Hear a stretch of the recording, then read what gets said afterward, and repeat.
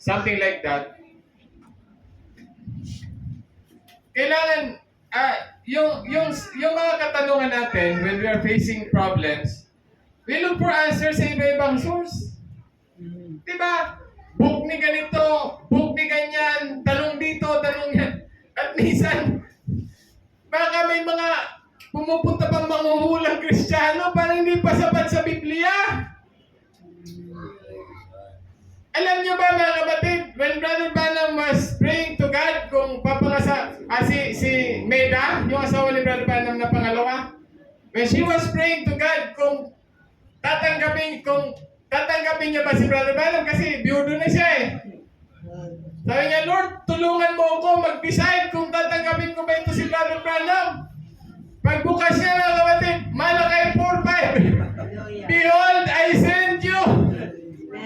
Alam nyo, according to Brother Bela, hindi nakasulat sa Biblia ang binasa ni Meda. Behold, I sent you Elijah. Hindi. Behold, I sent you William Branham. Pero nung tinestify ni Brother Branham, behold, I sent you Elijah. Actual name ni Brother Branham ang nabasa niya, according to Brother Bill. God showed to her.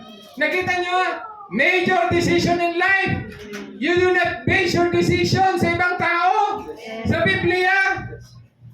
You know, God can give us decision sa, through the preaching ni Pastor, may sinabi, may keywords, o nag-devotion ka, nagbabasa ka ng Biblia or circumstance, pero there's nothing to be compared pag galing dito sa Word of God.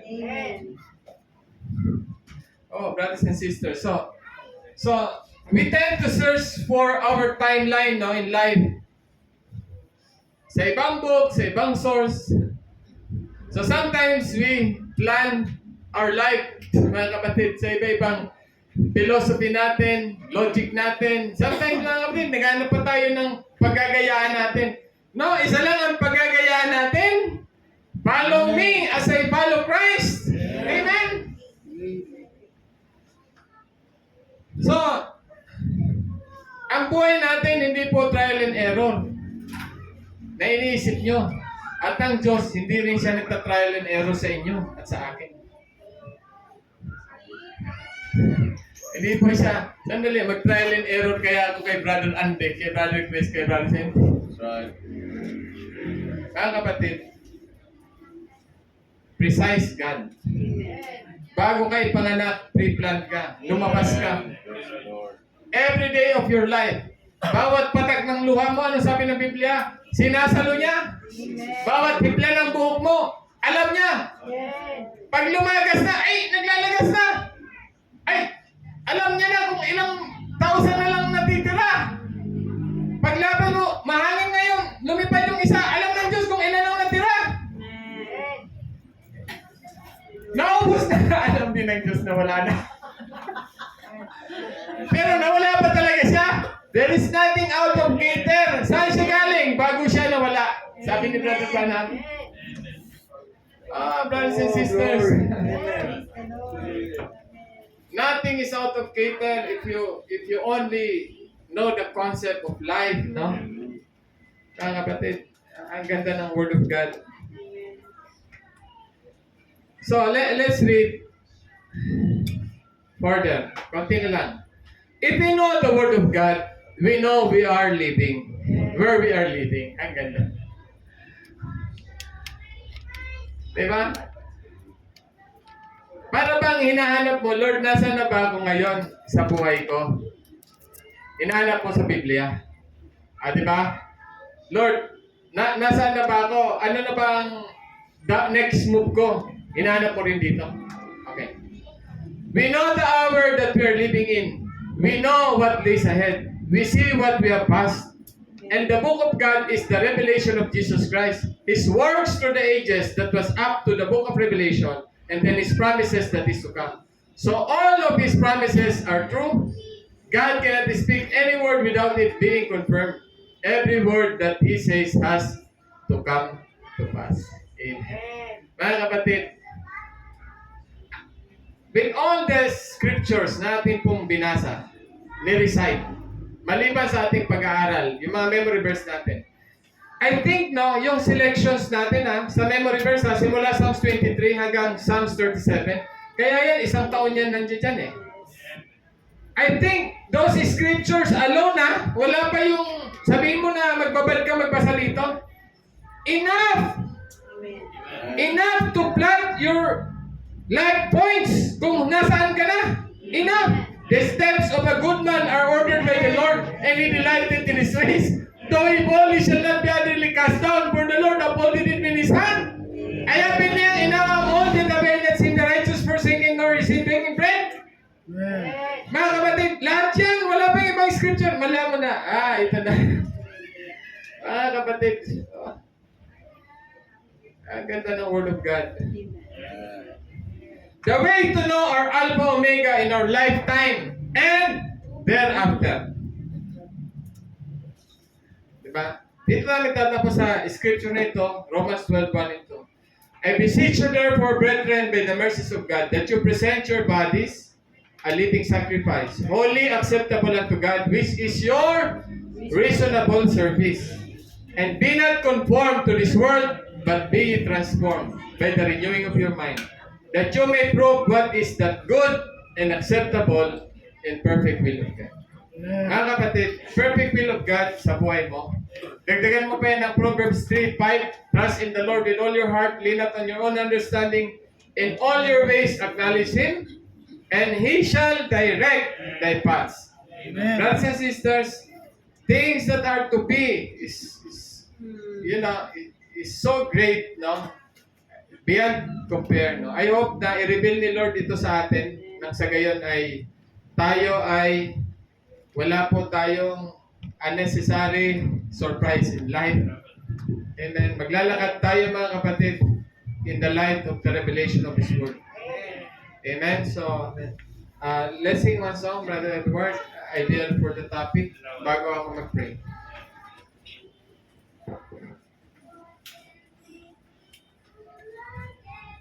Ganda ng kanta ng mga kabataan.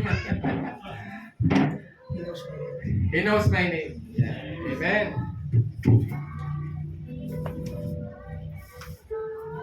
Ang ganda mga kapatid, no? I tell you, brothers and sisters, alam mo kung hanggang saan lang yung pangalan mo? Hanggang doon lang sa tombstone mo. Ang susunod na pangalan mo, hindi na siya mamamatay, Jesus. Amen. Hallelujah. I will not call you anymore church or bride. Sernan, Edward, Anthony. I'll call you Miss Jesus. Paano kung Jesus ka na ngayon? O di, hindi ka na mamamatay yun. Ang ganda mga kapatid. The name that you treasure one day, hanggang tombstone lang yan. Kung hindi ka abutan ng alive and remain. But there's a name that will bring you to the afterlife that shall never fade. The name Jesus. Praise the Lord. Hallelujah. Let's sing the song, He Knows My Name. Amen. Hallelujah. I have a Maker. He formed my heart. Amen.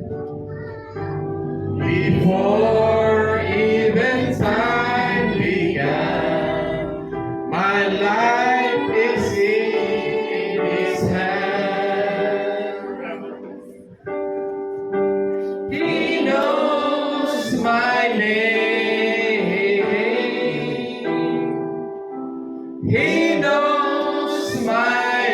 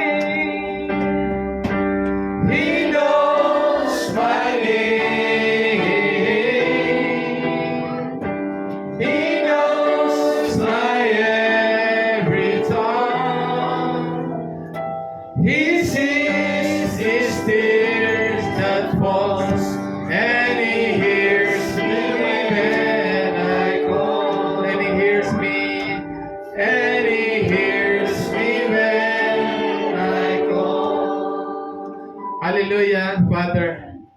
Things that are to be. Panginoon, we only scratch, Lord, the surface of this preaching ni Brother Branham.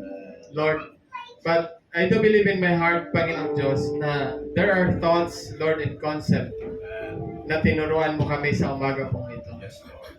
So we can live, Lord, a courageous life. Have not I commanded thee. Be strong and of a good courage. Be not afraid, neither be thou dismayed. For the Lord thy God is with thee, whithersoever thou goest. What a consolation and promise, Lord, that you really will never leave us nor forsake us, Lord. We are your children, Lord, whom you have pre-planned before the foundations of the world, both our natural birth, ang aming spiritual birth, and even, Lord, ang aming pong transition. Hallelujah, hanggang sa future eternal kingdom, Lord. Lahat ito ay naihanda mo na sa aming lahat.